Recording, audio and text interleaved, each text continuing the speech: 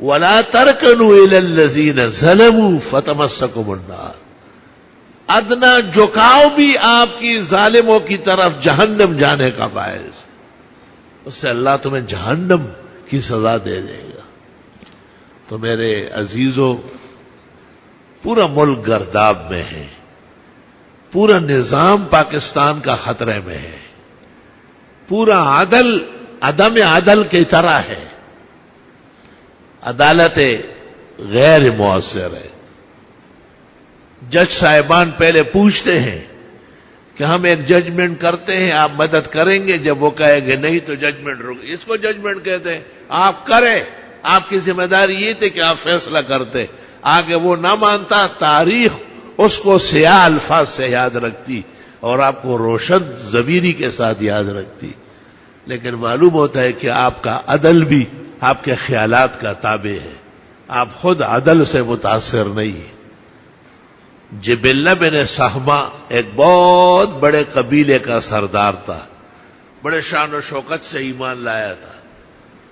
طواف کر رہا تھا کعبہ شریف میں. ایک بدھو نے، اعرابی نے اس پر پیر رکھا، غلطی سے پیر رکھا ہوگا، اس کی دوتی کھل گئی.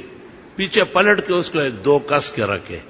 کہا بدتمیز، طواف کرتے ہو، آداب نہیں آتے.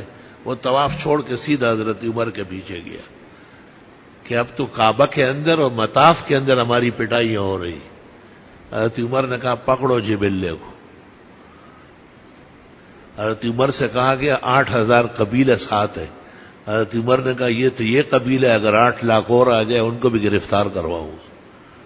کعبے کے سامنے بے حرمتی کی ہے ایک اعرابی کی.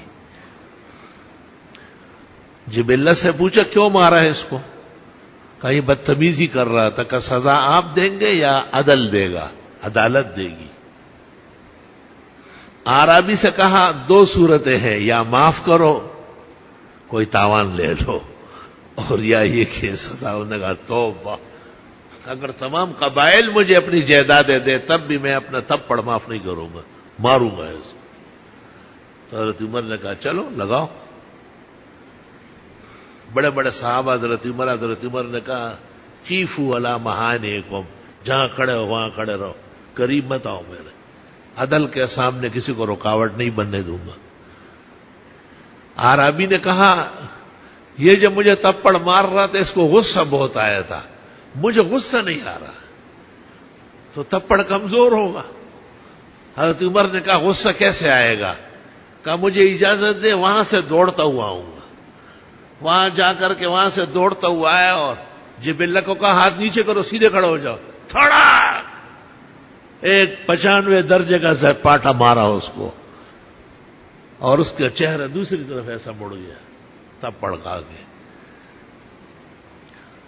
حضرت عمر نے آسمان کو دیکھا، کہا گواہ رہو کہ عمر عدل جانتا ہے، اور یہ زمین اس وقت تک امن سے بری رہے گی جس پر عدل نافذ ہوگا. اور صحابہ سے کہا تم معتبر آدمی سے بدلے لینے سے گھبراتے ہو، وَأَنْتُمْ أَصْحَابُ رسول اللہ، پیغمبر کے صحابہ ہو کر. صحابہ ایسے تھے، سب کو ہمت دلائی. میرا مقصد یہ کہ چونکہ نظام متاثر ہے، اس لیے مولانا جیسے کارآمد انسان، اہل حق کا دائی، قرآن و سنت کا ترجمان، توحید و سنت کی آن بان، پاکستان کے سرزمین پر باقی کون بچائے جو موقع پر بات کر سکے اور دین کی نمائندگی کر سکے. جن کو سمجھ نہیں آتی وہ علاج کرے اپنے ذہن کا. حقیقت یہ ہے کہ موجودہ فتن دور میں، پرآشوب احوال میں، یہ حضرات بے انتہا بیش بہا ہے، اور ان پر قاتلانہ حملے، ظالمانہ اقدامات ہے. وہ کسی بھی فریق اور کسی کے شہ پر ہو قابل مذمت ہے. اللہ تعالیٰ مولانا محترم کو عمر دے، زندگی دے، اور ان کے مخلص رفقا اور ملک بھر کے علماء و طلباء نمازی حضرات کی اللہ تعالیٰ حفاظت فرمائے. وآخر دعوانا الحمدللہ.